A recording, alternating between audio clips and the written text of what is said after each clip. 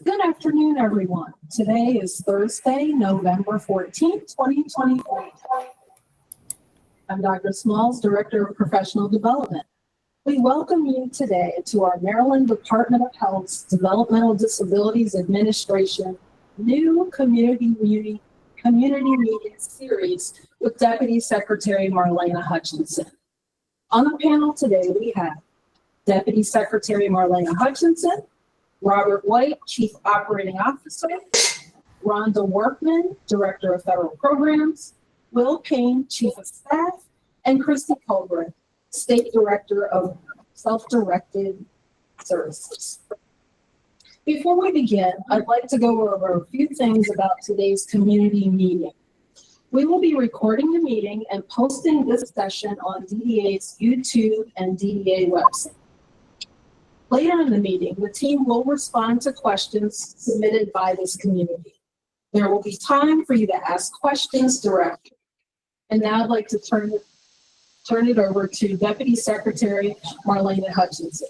Good afternoon, Marlena. Good afternoon, everyone. Welcome to our first community meeting.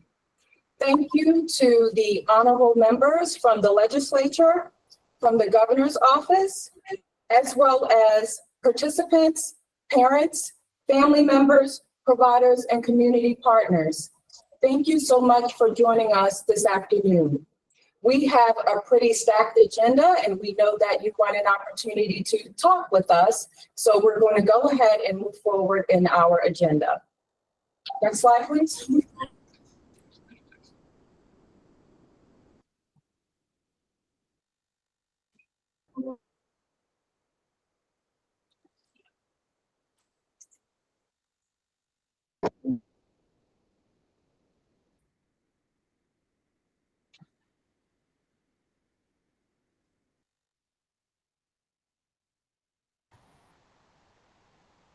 While we're bringing the slides up, today's agenda entails news and updates from DDA. We're going to talk about the self-directed services policy and manual. We're also going to talk about the questions that we received from the community in advance of this meeting and provide answers. And we're also going to open the session up to public comment so that you can speak directly with us. Next slide, please. In regard to news and updates, just a few things that the DDA has accomplished this year or we're actively working on. Next slide, please. This year in October, the DDA stood up its first Medicaid Waiver Advisory Council. The Medicaid Waiver Advisory Council is going to be comprised of a participant majority, as well as a diverse group of individuals who will serve on the council to provide recommendations to the DDA about its system and its design. We had our first meeting on October 17th, and we'll meet every 2 months. Participants will have an opportunity to advise us on system design, service delivery, and quality enhancement strategies for the DDA DD-operated Medicaid waiver program. I would like to remind everyone we are still seeking additional membership from individuals with lived experiences, and that means individuals with intellectual and developmental disabilities. Next slide, please. The DDA has also launched its support broker service certification. It is a 17-module training, which is a part of its self-directed services training series. It enables support brokers to renew their certification by December 31st of this year. It also offers the opportunity for new support brokers to become certified in Maryland. Next slide, please. We are happy to report that to date, we have 628 registered candidates to date for the support broker training. We also have several hundred who have completed it, and several completed the entire series within the first 48 hours. We also successfully completed an in-person 2-day training on November 7th and 8th, where we were able to host individuals here at the department and go through the training series. We were excited to receive a couple of testimonials as reflected on this slide in regard to the convenience of our modules, also how substantive and on topic the training modules are, and the fact that the training modules cover very relevant topics. Next slide, please. We're also happy to talk about the regional provider trainings that we will have underway starting in January of 2025. In the Central region on January 8th, April 9th, July 9th, and October 8th, there will be regional meetings. In the Eastern Maryland region, January 16th, April 17th, July 17th, and October 16th. In Southern Maryland, January 14th, April 8th, July 8th, and October 14th. And last but not least, in the Western region, January 9th, April 10th, July 10th, and October 9th. Next slide, please. I'm going to hand it over to Robert to talk a little bit about our accomplishments with the Rate Review Advisory Group. Thank you, Deputy Secretary Hutchinson. Good afternoon, everyone. My name is Robert White. I'm the Chief Operating Officer for the Developmental Disabilities Administration. As of now, 73% of providers, or approximately 216, have successfully submitted their general ledger templates. Additionally, the deadline for CCS agencies has been extended to December 31st, allowing extra time for those who may still be working on their submissions. For providers who have yet to submit their templates or may be facing technical difficulties, Hilltop is here to help, and we strongly encourage anyone in need of assistance to reach out via email, where their team is available to provide direct technical support. Our goal is to address any challenges you may encounter and to help prevent potential sanctions related to noncompliance. We sincerely appreciate the commitment and dedication shown by everyone involved in this endeavor. Your hard work is essential in supporting a data-driven rate review process, and we thank you for your continued efforts. I would now like to hand it back over to our Deputy Secretary to share our year-end review. In 2024, we have focused on or accomplished coordination with our interagency partners and other state agencies to address enrollment and eligibility, as well as service and payment concerns. We are also actively doing process mapping, where we are examining our system across the board and improving our system design and processes. We've also launched our first dual diagnosis cohort. In addition to that, we are launching our organization-wide behavioral supports cohort number 2. Next slide, please. We are also proud to announce that we have a full transition into LTSS Maryland for providers in our person-centered plans. We are actively supporting the Medicaid Provider Services team in getting providers revalidated in the Electronic Provider Revalidation and Enrollment Portal, also known as EPRAP. A large majority of providers have successfully completed the general ledger data tool for rate setting, as Robert just said. And we're also strengthening our focus on participant health and welfare and program integrity and compliance. Next slide, please.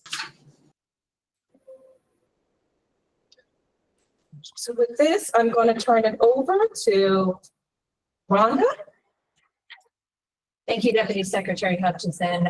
Good afternoon, everyone. My name is Rhonda Workman. I am the Director of Federal Programs at the Developmental Disabilities Administration, and I wanted to share a couple slides and information related to the Self-Directed Services Policy and Manual. Next slide, please. We wanted to share today that the updates that you have seen in our policy and the manual are alignment with our federal law and guidance.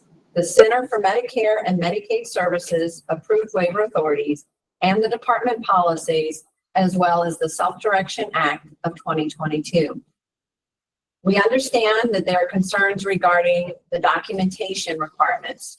These changes are necessary to provide the appropriate funding for each case, to reduce request processing time, and to help to address concerns raised in audits and investigations. With more information, the department will reduce extended back and forth with applicants, reducing waiting times for various approvals. Next slide, please. It's important to note that there are no changes to the service array that is available to participants under self-direction, but documentation is needed for certain actions, such as paying staff more than the established maximum reasonable and customary standards, allowing family members to work overtime, or accessing optional goods and services through the individual and family-directed goods and services waiver service. Next slide, please. There are updates to invoices and timesheets, which are required to meet the Center for Medicare and Medicaid Services standards. Increased documentation means clearer approval and denial for participants. Prior forms required merely a checkbox and did not provide required evidence of need. Documentation is a critical source of program integrity and assists the department with assuring the participants' health and welfare needs are being met. Next slide, please. I'm now going to turn it over to Christy Colbrook, our statewide coordinator for self-directed services. Thank you, Rhonda. Good afternoon, everybody. The self-directed services policy and manual are designed to help individuals already enrolled in the program, those interested in enrolling, and stakeholders to understand the process of self-directing their Medicaid waiver services. Please use the links in this presentation to review that policy and manual that is effective as of November 21st, 2024, unless otherwise noted. Next slide. The Self-Directed Services Manual was created to consolidate all guidance related to self-directed services. The manual provides clarity on procedures and requirements for approvals. The manual is effective November 21st, unless otherwise noted in the manual. The support broker code of conduct that is in the manual is a list of best practices for support brokers. The manual includes updated timesheet and invoice requirements. New timesheet requirements are effective on January 1st, 2025.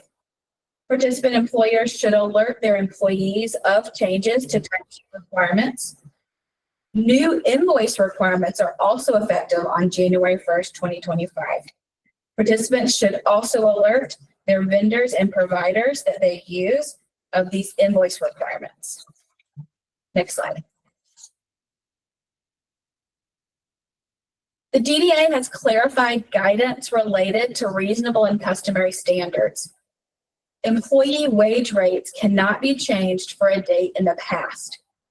Participant employers may only increase a wage rate for an employee for a date in the future.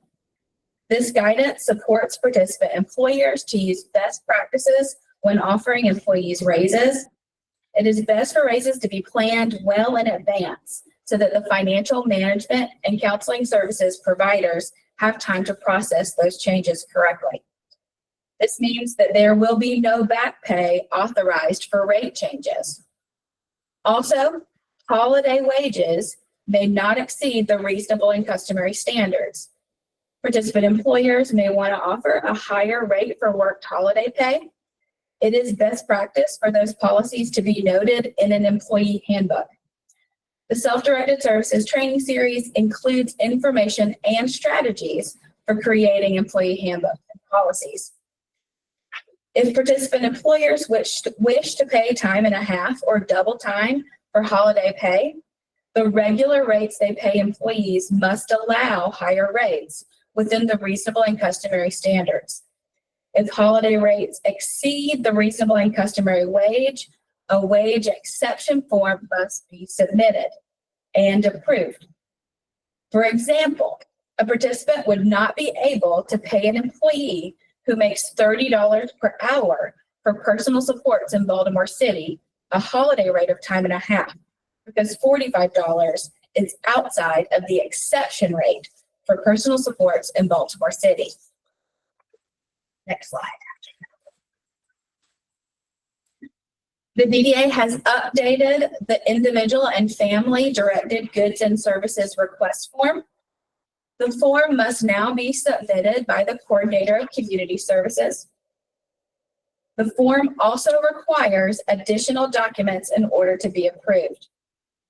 These requirements make sure that the DDA can confirm that each approved individual and family directed goods and service request meets the waiver definition for that service. Please remember that it is best practice for individual and family directed goods and service request forms to be completed during a participant's team meeting with anyone the participant desires to be present.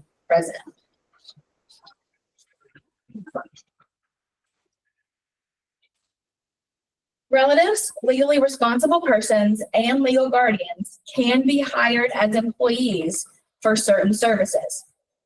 The family of staff form uses the term relative to include natural or adoptive parents, step-parents, or siblings, regardless of whether those individuals are also legal guardians or legally responsible persons. The new process and form that the DDA has implemented in the Self-Directed Services Manual is the Family of Staff Overtime Request Form. Participants should hire enough employees, vendors, and providers to meet their assessed needs authorized in their person-centered plan and minimize overtime payments. It is also important for the participant to develop strategies for effective backup staffing needs and emergency response plans. Coordinators of community services and support brokers can assist the participant in developing these strategies. No relative may work more than 40 hours for a participant across all waiver services, including day-to-day administrative supports, unless approved by the DDA.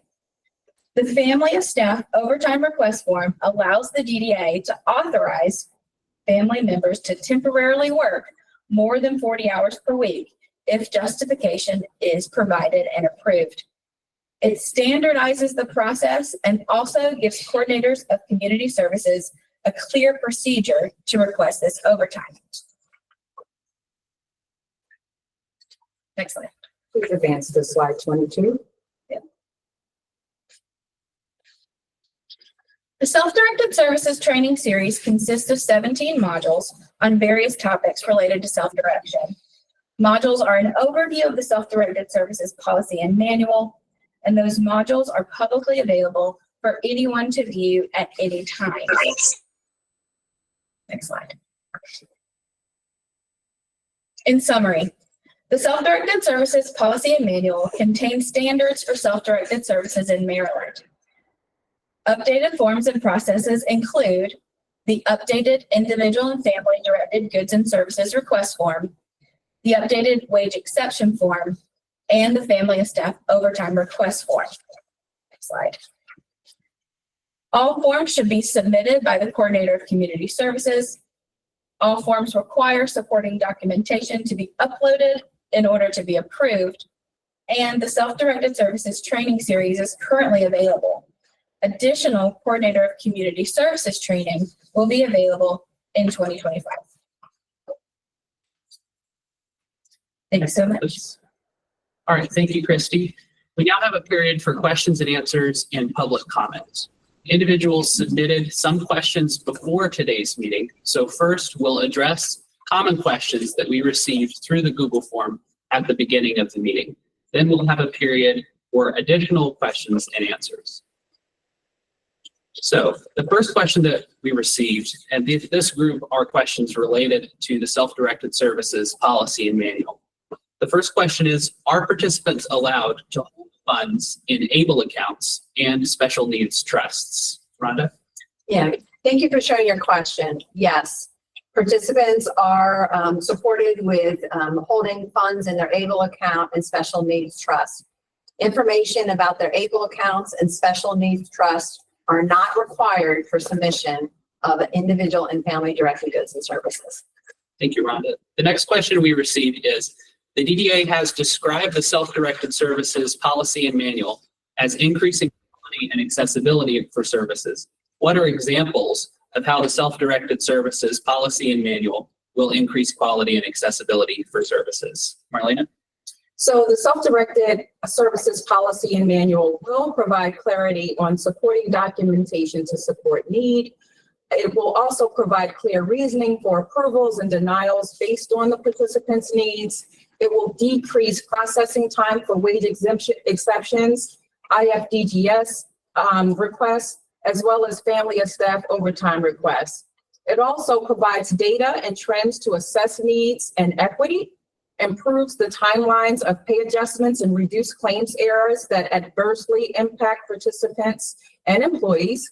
It supports participants' independence and community integration and improves safeguarding practices for participant health and welfare. It improves the participant experience and supports the professionalism of the Maryland support broker workforce. Supports accurate records of services as one component that ensures that participants receive high-quality services based on their person-centered plan, provides proper documentation and monitoring of the provision of services, supports required service utilization reviews, which must be supported by documentation that services were rendered and hours were supported as utilized and described in the participant's person-centered plan. And it provides documentation for program integrity and compliance, as well as addresses concerns raised by audits and investigations. Thank you, Deputy Secretary Hutchinson. The next question is, why do wage exceptions now require more documentation? And why are wage exceptions required to pay staff more than the reasonable and customary maximum? Robert? Great. Thank you for that question. We understand concerns regarding more documentation. Participants, with the support of their teams, may request an exception to the established reasonable and customary staff wage range standards. Documentation is needed to reduce request processing times, to meet Medicaid waiver program requirements, and to help address concerns raised in audits and investigations. Thank you, Robert. The next question is, do I have to request a wage exception every time I give my staff a raise? Chrissy? If the raise would put the employee's wage per hour above the reasonable and customary standard, a wage exception form is required. Otherwise, a wage exception form is not required. Our next question is, can I still give my staff raises that are within the reasonable and customary wage range? Yes, participants are free to set wages for their staff, including giving raises within the reasonable and customary wage range. Raises can be given at any time. And our next question is, do I need to change the rate of pay for my existing employees under the new self-directed services guidance? No. Existing wage exceptions remain approved for the length of time originally approved. Only new wage exception requests must follow the new wage exception process. Thank you, Christy. The next question is, why do individual and family-directed goods and services require more documentation? Robert? Thank you. Documentation is necessary to provide the appropriate funding for each case, to reduce request processing times, and to help address concerns raised in audits and investigations. Documentation is a critical source of program integrity and addresses concerns raised by audits and investigations.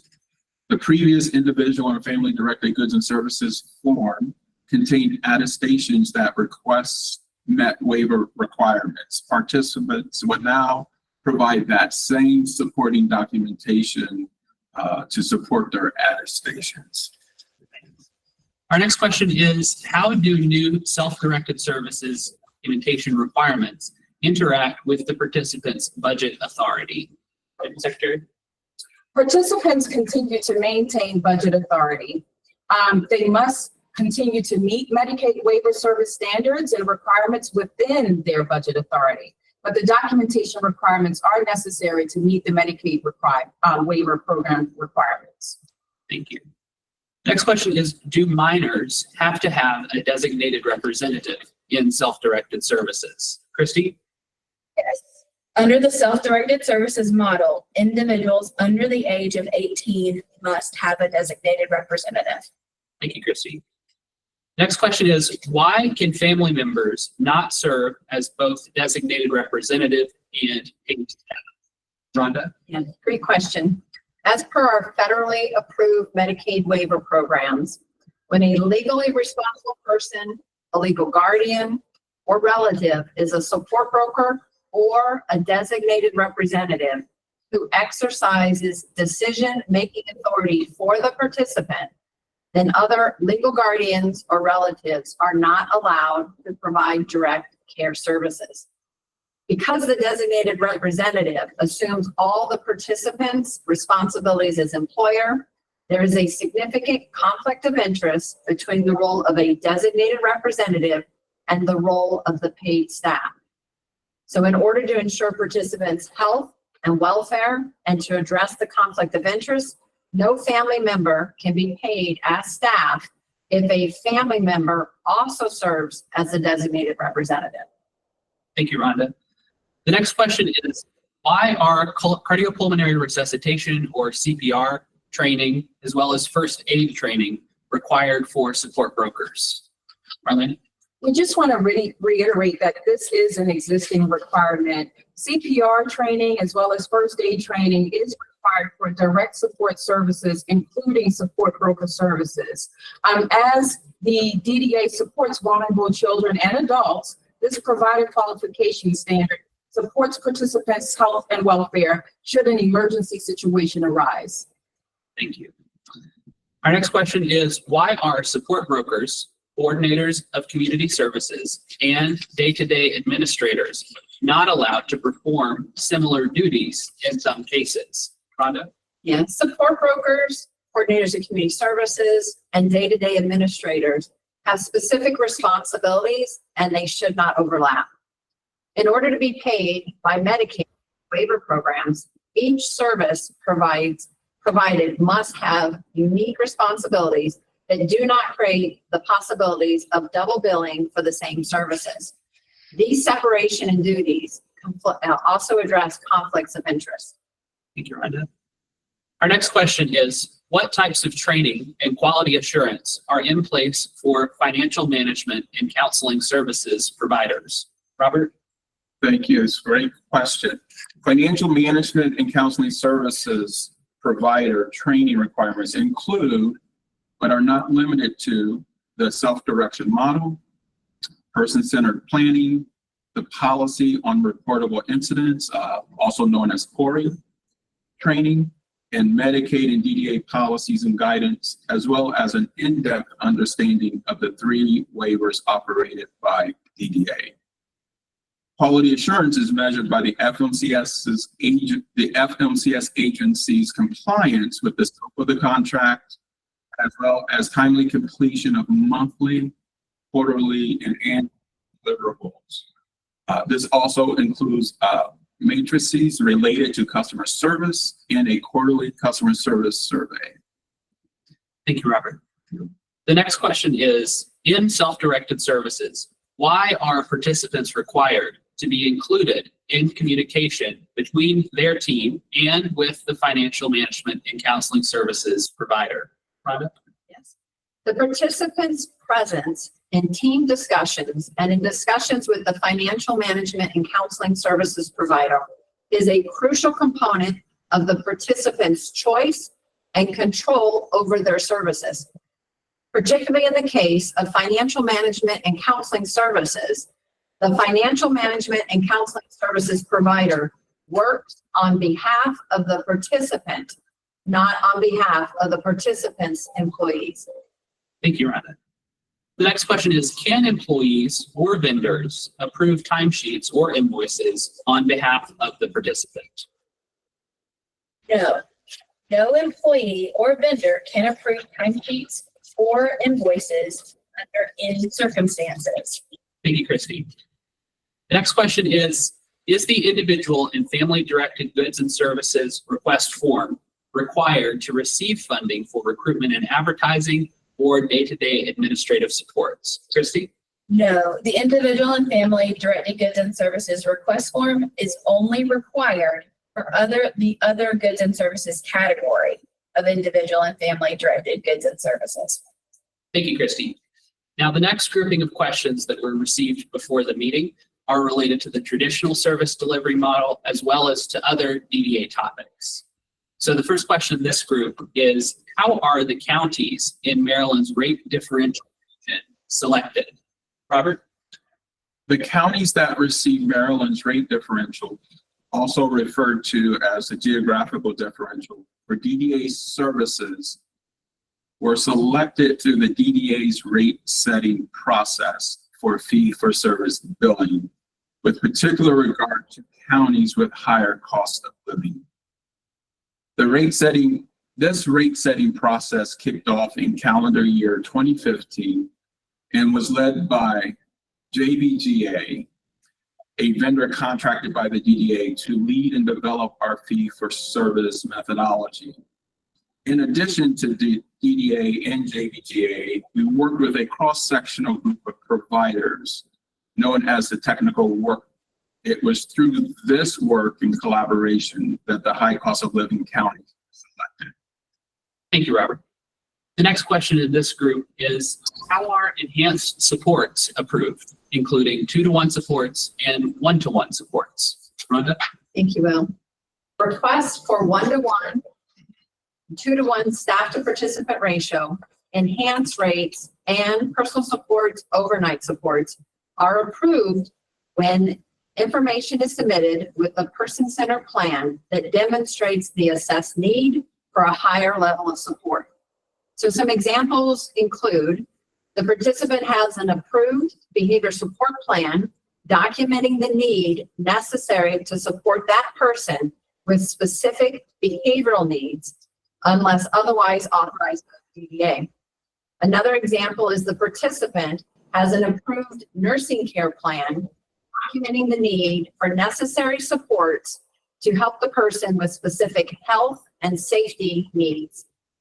A higher levels of staff support must be documented in the person-centered plan risk section and include mitigation efforts in addressing needs applicable to the behavior and medical needs. It's also important to note that the DDA may authorize dedicated support new to services, including transitioning youth and people in services who have a specific behavioral or health and safety need, while a behavior support plan and nursing care plan is in development. Thank you, Rhonda. The next question in this group is, what is an MA number and how does a participant get an MA number? Marlena? MA stands for medical assistance, which is another name for Medicaid. The MA number is an identifier that is linked to the participant's Medicaid benefits. These benefits can include medical and other services through Medicaid, also known as the Medicaid state plan. They also can include participation in special programs such as the DDA operated programs. All DDA operated Medicaid waiver programs, program participants must initially and continuously meet the waiver program requirements. And then once enrolled in the Medicaid waiver program, participants are also eligible to receive state plan services that I mentioned earlier, including physician and pharmacy services. Thank you. And the next question is, will information regarding DDA policies and guidance be made available in language other than English? Yes, the Maryland Department of Health is prioritizing consistent rollout of language accessible policies and guidance across the entire department. This is a priority for the department, and the DDA will continue to work with our community partners in releasing additional language accessible resources. Thank you.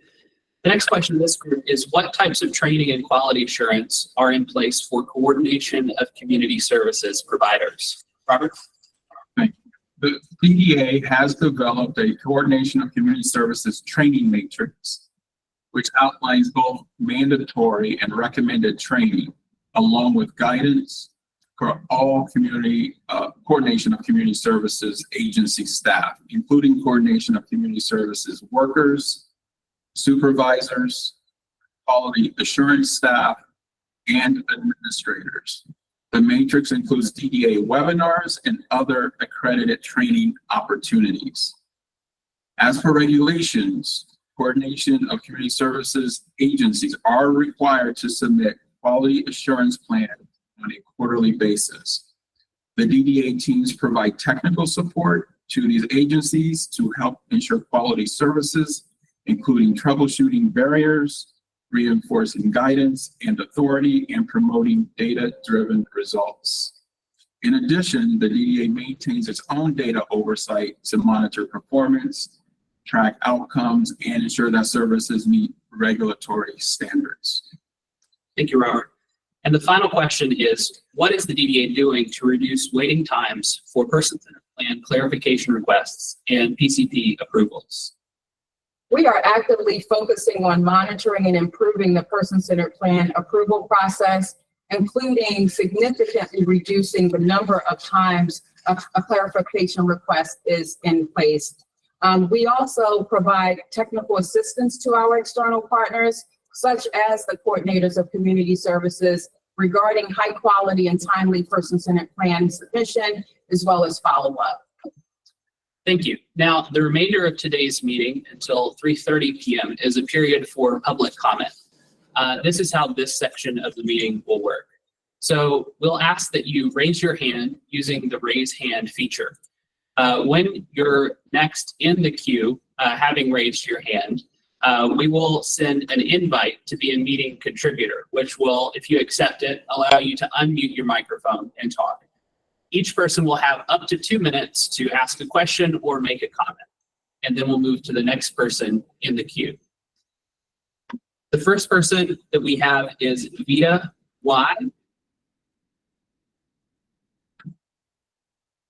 And while we are getting her mic situated, I also want to share that we will be providing an FAQ, frequently asked questions document, based on the questions that we received in advance of today's webinar that we spoke to just now, as well as the feedback that we received in the chat box, as well as the questions that are asked of us directly during public comment. We will post an FAQ document, frequently asked questions document. So Vita, your computer should show you an invitation to contribute to the meeting. If you accept that, you'll be able to speak.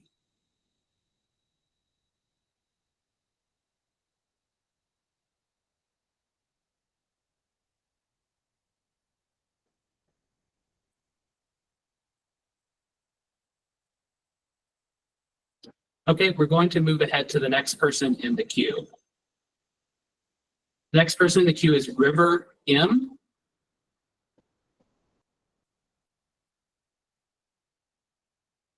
Hi, River, you're now a contributor, so you can go ahead and unmute.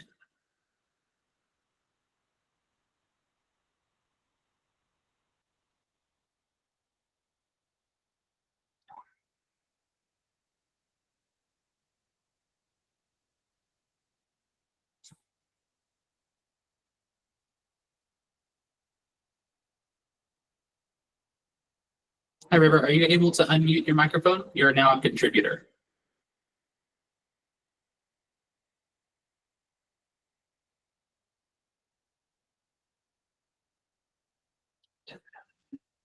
The unmute button is located in the lower left on your screen with a picture of a microphone with a line running through it.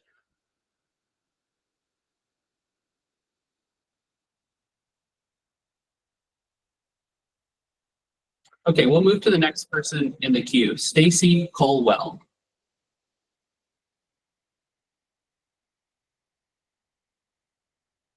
Stacy, you're now a contributor.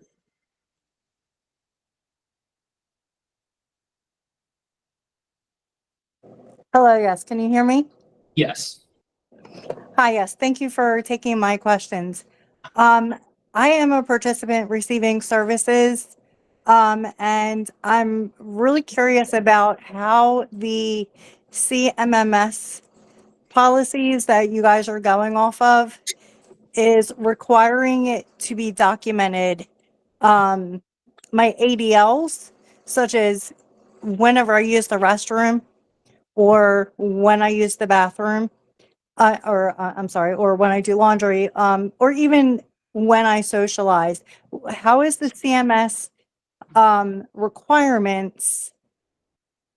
Like, I don't understand why that has to be reported to the Department of Health when non-disabled citizens do not have to report that they're using the bathroom. How does that determine that I am now eligible, or how does that prove that I am eligible when I have many years of documentation proving that I am eligible and will remain eligible for services that aren't even allowed to be centered around ADLs? Personal supports and community development are not allowed to be centered around ADLs. They can just occur as long as the actual support's being provided. So what is the justification for this? Thank you for your question. So in understanding your question, and I'm not certain what the clarification request was to you directly, all Medicaid-based programs require technical eligibility. And so based on what your request is, we would look at your request based on your assessed needs for the services when determining the decision on the person-centered plan. That is a part of technical eligibility. Yes, but when my staff are clocking in and out, they cannot submit a shift.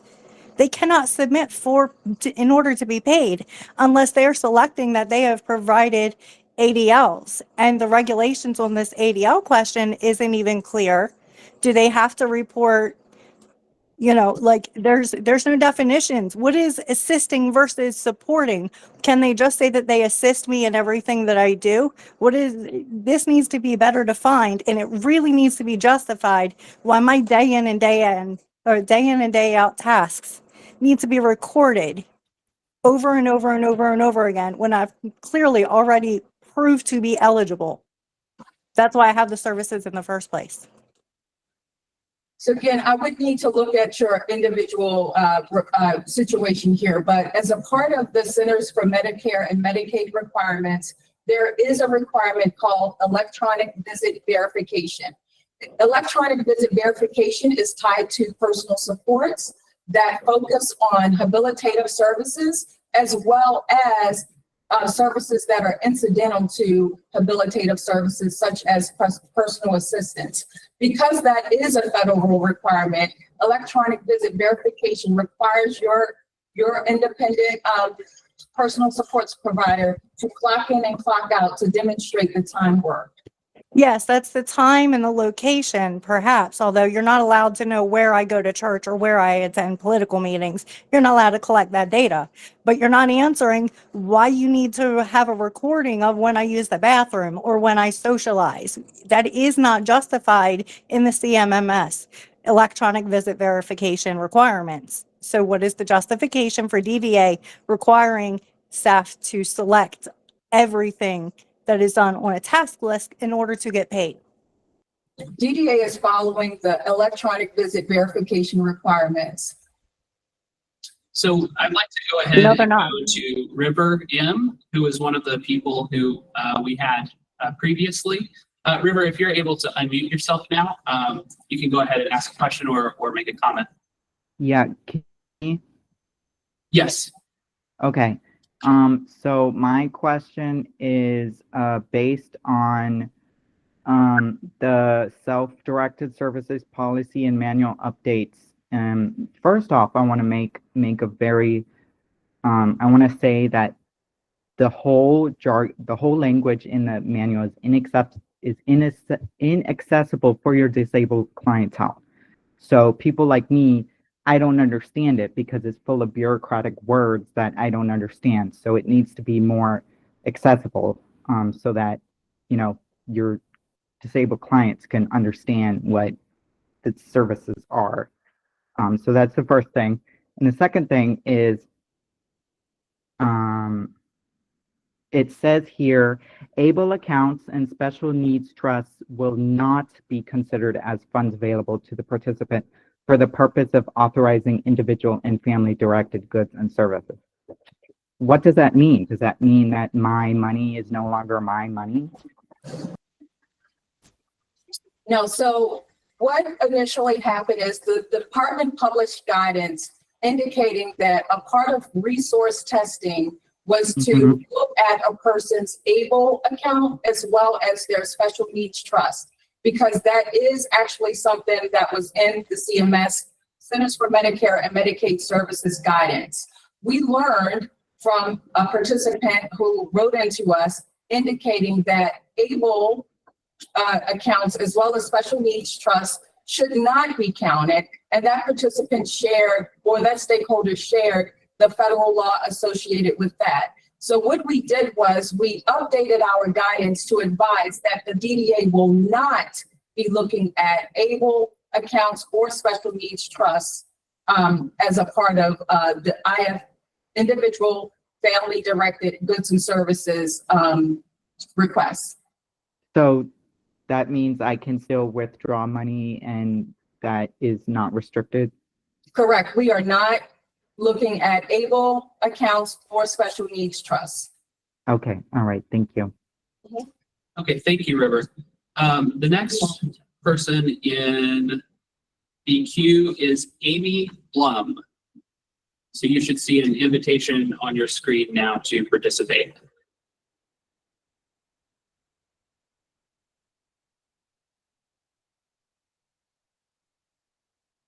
So Amy, you're now a contributor to the meeting. We can see you and you can unmute your mic. You can go ahead and ask a question. Lovely. Thank you so much. I'm actually going to turn my camera on too for everybody. So first of all, I want to phrase everything that I want to say with respect to all of you who are sitting there on that side of the camera versus where we are in our individual respective homes. We are not here and participating in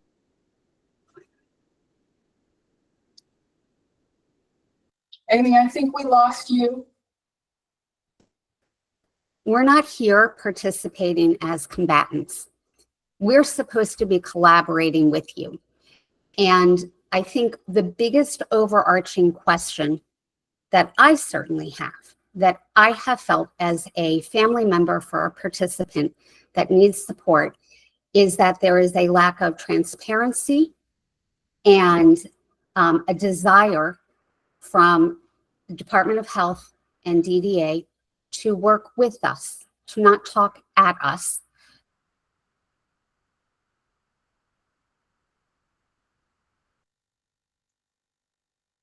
Amy, we lost you again. And sorry, can you hear me? Yes. Yeah. Not understanding why stakeholder input wasn't requested prior to sending out new policies and to enable the stakeholders to thoughtfully engage with you. There is a scarcity of resources, and I think all of us understand that. And there are likely very hard decisions that have to be made, and there are compliance and accountability components. But we have to work together. And on this side, as a family member for the last 2 years, we have been held accountable and to be in compliance. And there are multiple. Amy, unfortunately, we lost you again. We are being held accountable. We are being told that we need to be in compliance. Yet there are multiple examples where DDA, the FMCSs, perhaps even Maryland Department of Health, it's a two-way street. We have to work together, and we are held to a bar, whereas people, staff, vendors, people aren't being paid, things aren't being, and there's no transparency. There's no clear communication. Putting new policies into place that may be needed. They very well may be needed for compliance issues and for scarcity of resource issues, but you're not thoughtfully giving us the opportunity to engage with you, to give us some feedback, to allow us to give feedback to you, to say, okay, well, we understand that here are implications that we see that could be challenging. Does that mean that you're going to necessarily say, okay, you know, that makes sense, we'll change this? Not necessarily, but you're not giving us the opportunity to thoughtfully and respectfully engage with you on behalf of our own family members. And that is disrespectful, and it fuels distrust, and it doesn't build for collaboration. We all should be here for the benefit of each and every SDS participant. And I think that we all recognize that clearly there have to be parameters, but everybody should be held accountable to the same level. If there are funds that are all of a sudden not there are challenges, there should be transparency. Share it with us. Amy, I'm sorry to interrupt, but we're somewhat over the 2 minutes. We're closer to 4. So thank you for your comment, and I'll give Deputy Secretary Hutchinson an opportunity to respond. Well, first, most importantly, thank you for your feedback, Amy. I do want to say, and I know that we have to move on, that these are not new policies. What the DDA did was took all of the policies existing on its website that have already been in place and compiled them into one document called the manual. And from that manual, since it was over 150 pages, we developed from that manual a smaller document that we call the policy, which is the policy and manual. Also, based on participant feedback as well as stakeholder feedback in regard to holding ourselves as well as our agents accountable, we then shared in those documents exactly what the DDA is looking for when we're looking at person-centered plans, when we're looking at specific requests, so that participants would not have to be engaging in an extensive back and forth with my team or with the coordinator of community services and trying to get the services that they were requesting. So that's how things transpired. We also stood up our first Medicaid Waiver Advisory Council. And that council, again, is going to be a participant majority and an opportunity for all stakeholders to be at the table with us to inform system design. And so I really encourage you to please participate on the Waiver Advisory Council so that you can continue to be a partner at the table with us. I would love that, but what you shared earlier sounded like, when you were talking about lived experience, that you were soliciting participants who have IDD. Correct. That's okay. Well, I am not a participant who has an IDD. My son is. My son cannot sit at a table and have the kind of communication and collaborative spirit that someone like myself as a parent could. And so family members also. Are you still soliciting them? Because it feels like for the past 2 years sitting on this side of the table, we are being talked at. We are not having clear communication from you all, even if that's your intent. And most of us really recognize this is a hard thing. There are compliance components and accountability for you and above you, right? And therefore that impacts us. But I totally understand. I do want to assure you that we have members who are family members, a part of the Waiver Advisory Council. I'm sorry, we would like to get to the next person so that we can, so thank you for your feedback. Okay, the next person in our list is Kim Schofield. And let me send an invite to you. Okay, Kim, you're now a contributor.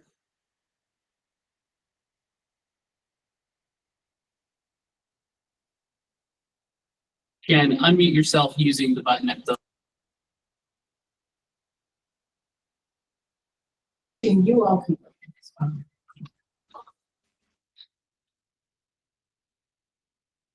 Kim, are you able to unmute yourself?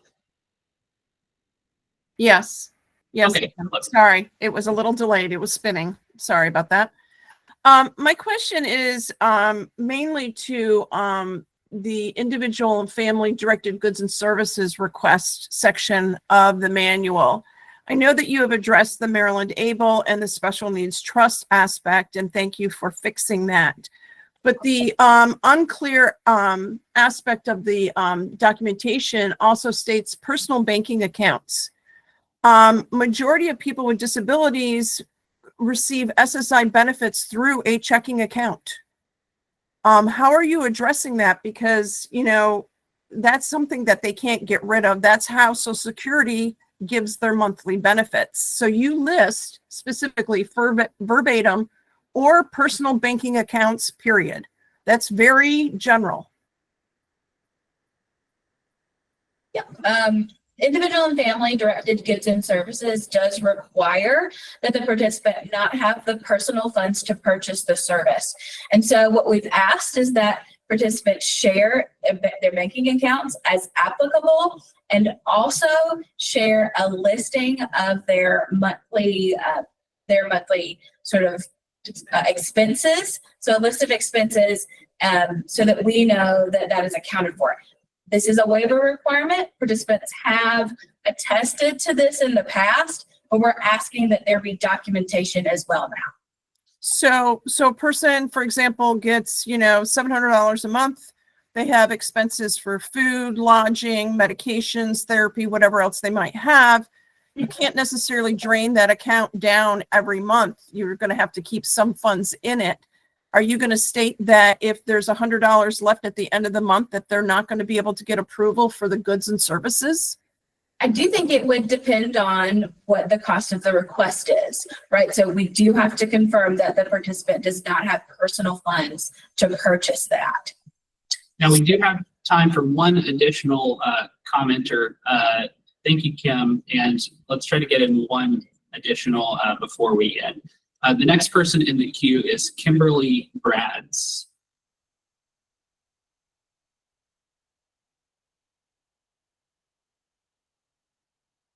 All right, Kimberly, you're now a contributor. There you go. Hi, can you hear me? Yes, we can. Hi, good afternoon. I'll make it very easy. I know you guys been getting beat up on pretty quickly here. So the first question I have is regarding when a family is considered a live-in care provider and is it exempt from taxes.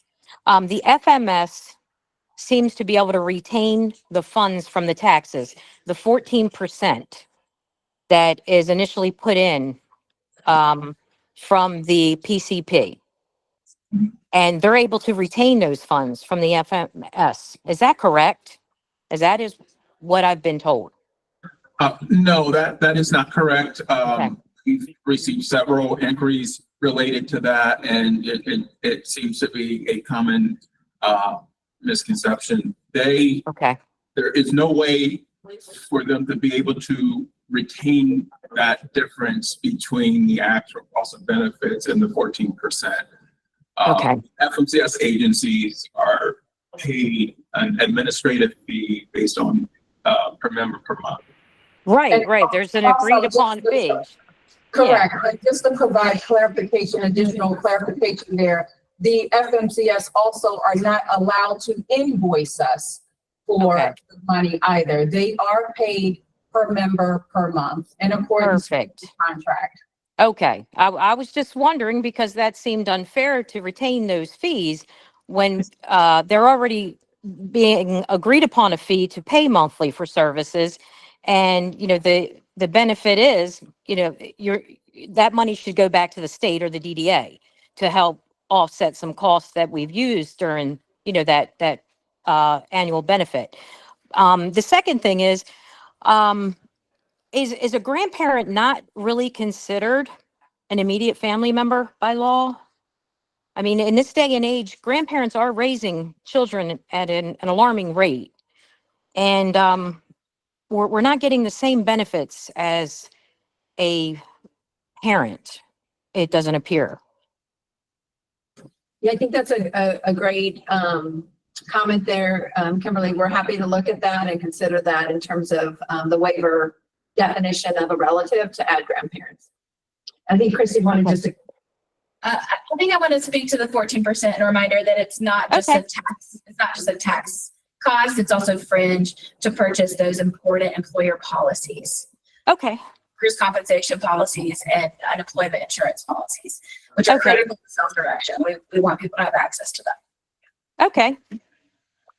Okay. Okay. Well, thank Thank you, and I appreciate you guys taking the questions and taking the brunt of the anger that's come across from everyone else. Have a good day, and thank you again for what you do for. Thanks, you as well, Kim. Thank you. Thanks, Kimberly.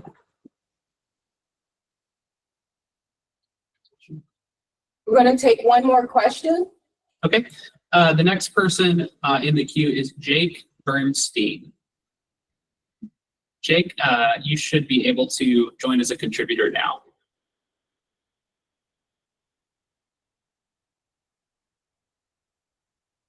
Okay, you're now a contributor and you should be able to unmute.